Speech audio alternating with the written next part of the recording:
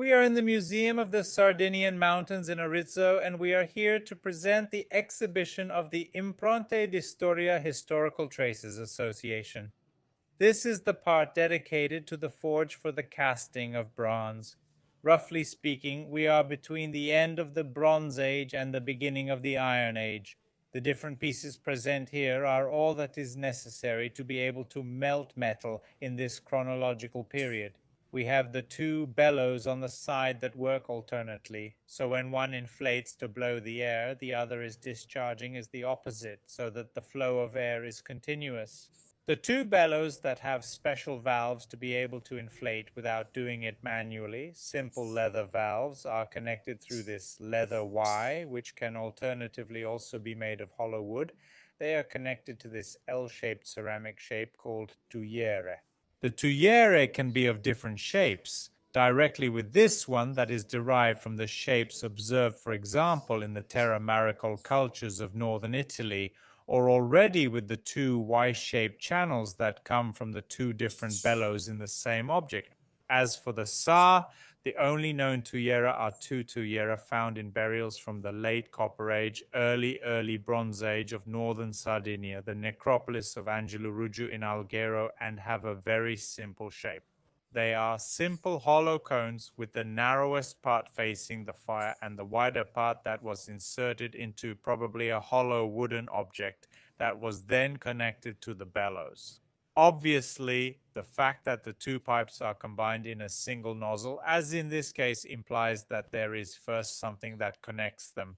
In this other case, the two tuieres were each connected to a different bellows and operated in synchrony. Subsequently, the conveyed air is directly pumped over the metal. So unlike modern foundry techniques, where the air comes from below, or at least from the side, to heat the coal and therefore heat the crucible, here the air comes directly from above and heats the pile of coal placed above instead of below the crucible.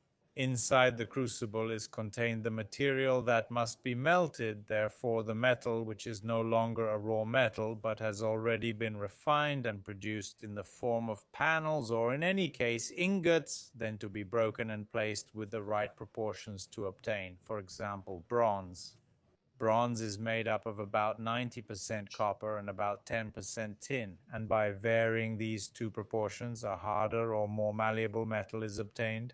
Then when the crucible is ready, because the metal inside is melted, and as they say in jargon, it is mirrored, you see this reflective metal surface, it is time for the casting.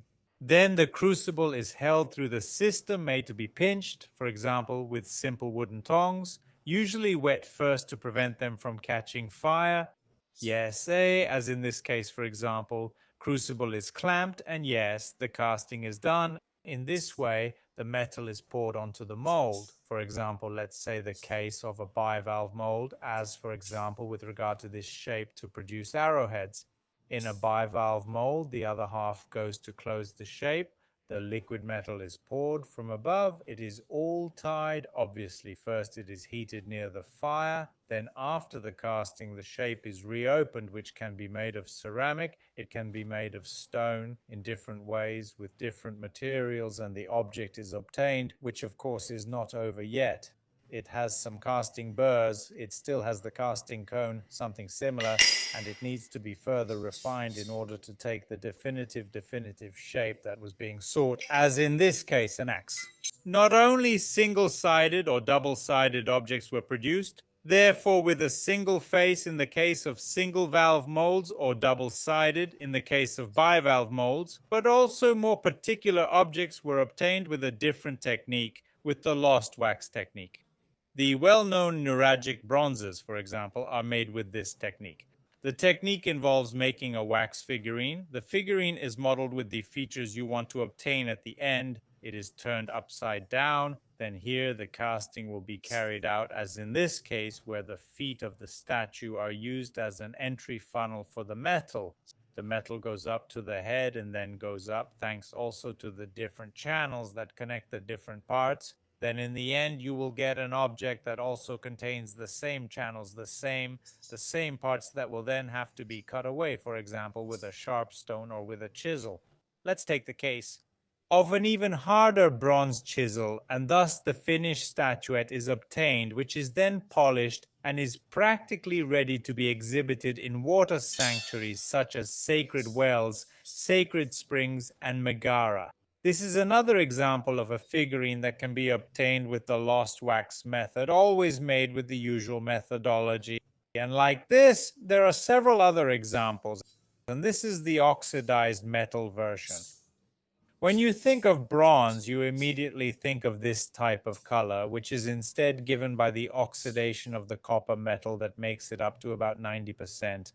The metal at the time it is produced, so it has been cast relatively recently and has not yet oxidized, has this fairly shiny, almost golden color.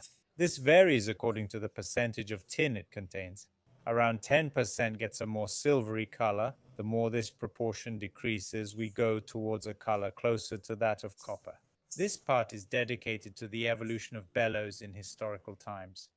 The further we move away from the Bronze Age and enter the Iron Age, the bellows from which they had this almost cylindrical shape, or in any case varied little if not with the sack one, we go closer to what is also a historically known shape, that of the classic bellows, already observable in some iconographies of the classical era, and then well documented in Roman times, or in any case in medieval times.